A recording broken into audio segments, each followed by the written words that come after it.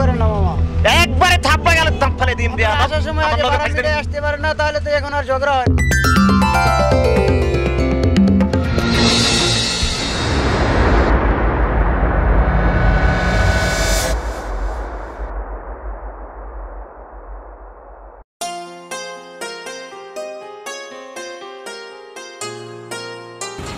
মামা যাবে? হ্যাঁ যাবো। আমরা যাবো। হ্যাঁ উঠেন।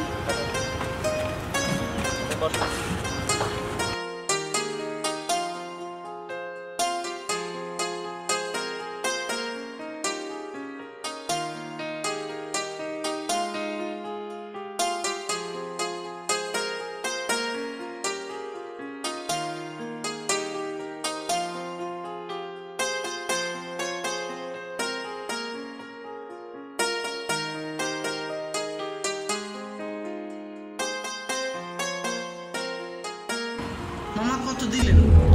ভাড়া তো 40 টাকা। এখান থেকে এখানে 40 টাকা।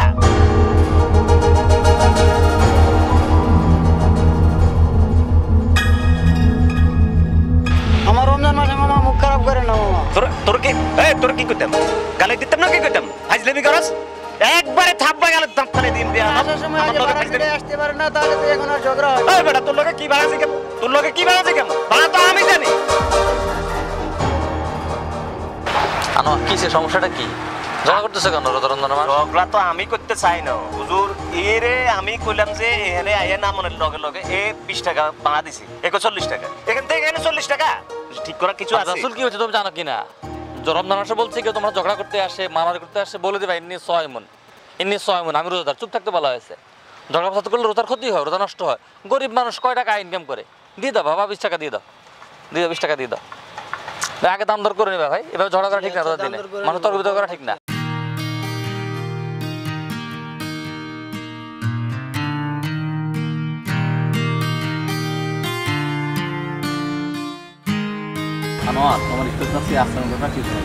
আমি একজন ইমানদার হিসাবে, মুসলমান হিসাবে আমার আচরণে অন্য মুসলমান কষ্ট পেতে পারে না। আমরা প্রবাদ বাক্য শিখেছি যে যারা হাতুল লিসানে আসাধ্য মিন যারা হাতুল সুয়োগ। মুখের আঘাত তরবের আঘাতের সময় মারাত্মক। তরবের আঘাত শুকিয়ে যায় একটা সময়, মুখের আঘাত কখনো শুকায় না। এই জন্য আমাদের আচরণের ক্ষেত্রে বি কেয়ারফুল, সতর্ক হওয়া লাগবে। ধরো আজকে তুমি রিক্সার সাথে যে আচরণটুকু করছিলা, এটা তোমার সাথে যায় না, মানায় না এই আচরণটুকু। রোজার মাসে আমরা শিখেছি যখন কেউ তোমাকে গালি দিবে, তোমার খারাপ আচরণ করবে, তখন তুমি বলে দেবে না ভাই, এ ভাই না, ইন্নী সয়মুন, আমি রোজাদার। আবু হুরায়রা থেকে বর্ণিত যে একটা হাদিস আমরা শুনেছি, তিনি প্রশ্ন করলেন ইয়া রাসূলুল্লাহ, তাকে প্রশ্ন করা হলো ইয়া রাসূলুল্লাহ, আমাদের গ্রামে একটি মহিলা রয়েছে, সারা রাত নফল নামাজ পড়ে, সারাদিন সে রোজা রাখে, নফল রোজা রাখে, কিন্তু তার আচরণে মানুষকে সে কষ্ট দেয়। আল্লাহ রাসূল বলছিলেন এটি খুব খারাপ কাজ, এটি খারাপ আমল এবং সে হবে জাহান্নামী। সুতরাং আমরা অনেক নামাজ পড়লাম, অনেক ইবাদত করলাম, সারাদিন নফল রোজা রাখলাম, পুরো রোজার মাস রোজা রাখলাম, কিন্তু আমার যে আচরণ খারাপ হয়, আমার যে ব্যবহার খারাপ হয়, আমার ঠিকানা হবে জাহান্নাম। সুতরাং ভাই কষ্ট করে রোজা রাখতেছো, সারাদিন উপবাস থাকতেছো, তুমি আচরণ ব্যবহার দিয়ে একজনকে কষ্ট দিলা, তোমার রোজাটা উপবাসে পরিণত হয়ে যাবে, তোমার রোজাটা আল্লাহ তাআলা কবুল হবে না, তোমার স্থান হবে জাহান্নাম। আল্লাহ রাসূল আমাদেরকে শিখিয়েছেন। শুনো, আল্লাহ রাসূল আটটা কথা বলছিলেন, আল্লাহু লা ইউমিনু, আল্লাহু লা ইউমিনু, আল্লাহু লা ইউমিনু, তিনবার বলছিলেন আল্লাহর কসম এই ব্যক্তি ইমানদার নয়, আল্লাহর কসম এই ব্যক্তি ইমানদার নয়, আল্লাহর কসম এই ব্যক্তি ইমানদার নয়। তখন সাহাবায়ে কেরাম আশ্চর্যজনিত হয়ে গেল যে কার ব্যাপারে আল্লাহ রাসূল এত কঠিন কথা বলতেছেন। তখন প্রশ্ন করা হলো ইয়া রাসূলুল্লাহ, সে কে ইমানদার নয়? আল্লাহ রাসূল জবাব বলছিলেন যার আচরণ থেকে তার প্রতিবেশীরা নিরাপদ নয়, তার জবান থেকে তার প্রতিবেশীরা নিরাপদ নয়, কষ্ট পায় আচরণে, সে কখনো ইমানদার হতে পারে না। সুতরাং আচরণের ব্যাপারে আমাদেরকে খুব সতর্ক হওয়া লাগবে। আল্লাহ তাআলা সূরা আলে ইমরানের মধ্যে তার রাসূলকে কি শিখিয়েছেন যে ফাবিমা রাহমাতিন মিনাল্লাহি লিনতা লাহুম ওয়ালাউ কুনতা ফাদ্দান গালিযাল কলবি লান ফাদ্দু মিন হাওলিক ফাআফু আনহুম ওয়াস্তাগফির লাহুম ওয়াশাউরহুম ফিল আমরি ফাইযা আযামতা ফাতাওয়াক্কাল আলাল্লাহ ইন্নাল্লাহা ইউহিব্বুল মুতাওয়াক্কিলিন। এই আয়াতের মধ্যে দিয়ে আল্লাহ তাআলা রাসূলের চরিত্র সম্পর্কে আমাদের শিখিয়ে দিয়েছেন। তার রাসূল যদি ফাবিমা রাহমাতিন মিনাল্লাহ, হে রাসূল আপনার আল্লাহর একান্ত অনুগ্রহ যে আপনি কোমল হৃদয়ের অধিকারী, সুমিষ্টভাষী, আপনি সুমিষ্টভাষী কোমল হৃদয়ের অধিকারী, আপনি কর্কশভাষী হতেন, আপনি উগ্র মেজাজি হতেন, বদমেজাজি হতেন, রুক্ষ হতেন, তার পাশ থেকে মানুষগুলো আপনাকে বিক্ষিপ্ত বিচ্ছিন্ন হয়ে যেত, মানুষগুলো আপনার তার পাশে থাকতো না।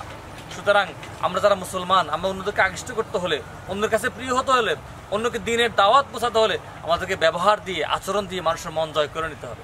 এটি আল্লাহ রাসূলের সুন্নাহ। আনোয়ার, এই জন্য তোমার মুখ দিয়ে কি আচরণ বের হচ্ছে, এটা আচরণ বের করার খেয়াল করবা যে আমি কাকে কষ্ট দিচ্ছি, কার মনে আঘাত দিচ্ছি। একদিন তোমাকে একটা গল্পের কথা বলি। একদিন হযরত ওমর রাদিয়াল্লাহু তাআলা আনহু, তার একটা কালো দাসী ছিল।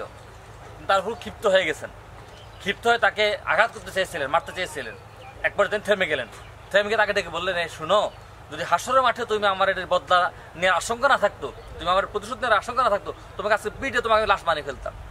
তিনি পরকালে যে বদলা নেবে, প্রতিদান নেবে, এই ভয়ে তাকে ক্ষমা করে দিলেন সেদিন, এক পর্যায়ে তাকে আজাদ করে দিলেন। বুঝতে পারলাম কিনা? সুতরাং তুমি তাকে কষ্ট দিচ্ছ, সে কিন্তু তুমি সে যদি ক্ষমা না করে হাসর মাঠে সে তার বদলা নিয়ে ছাড়বে। ভাই, তুমি অনেক আমল করলা, অনেক রোজা রাখলা, নামাজ পড়লা, আচরণ তাকে কষ্ট দিলা, তো তুমি ছাড় পাবে না, পরকালে ছাড় পাবে না। এর জন্য খেয়াল রাখবা, কথা দিয়ে আচরণ দিয়ে কখনো কারো মনে কষ্ট দিবে না, আঘাত দেবে না।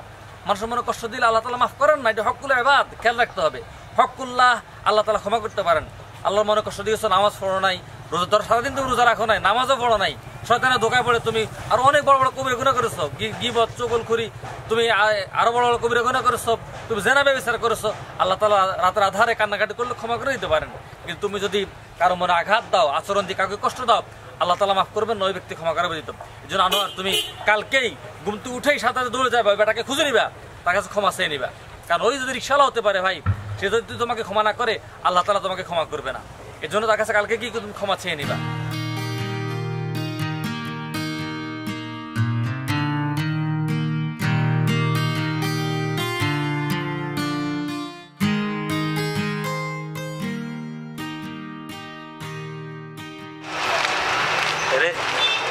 আমি তো তোরা কালকে তুমি খুঁজতেছি। কেন মামা? কালকে যে ঘটনাটা ঘটছে বুঝছস, জি, তুই আমারে মাফ করে দিস। আসলে বেশি খারাপ হয়ে গেছে তোর লগে আচরণটা।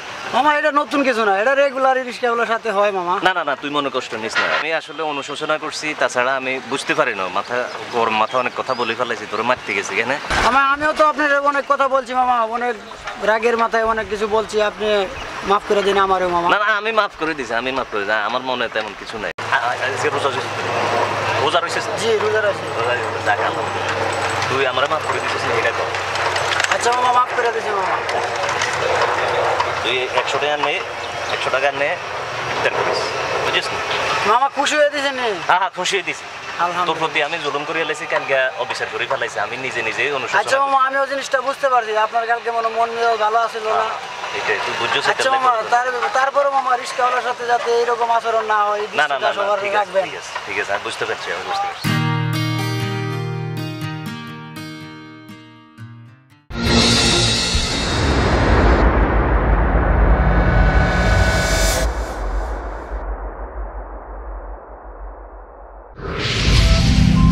শোবিজ বাংলা, বাংলার গ্রামীণ সংস্কৃতির প্রতিচ্ছবি।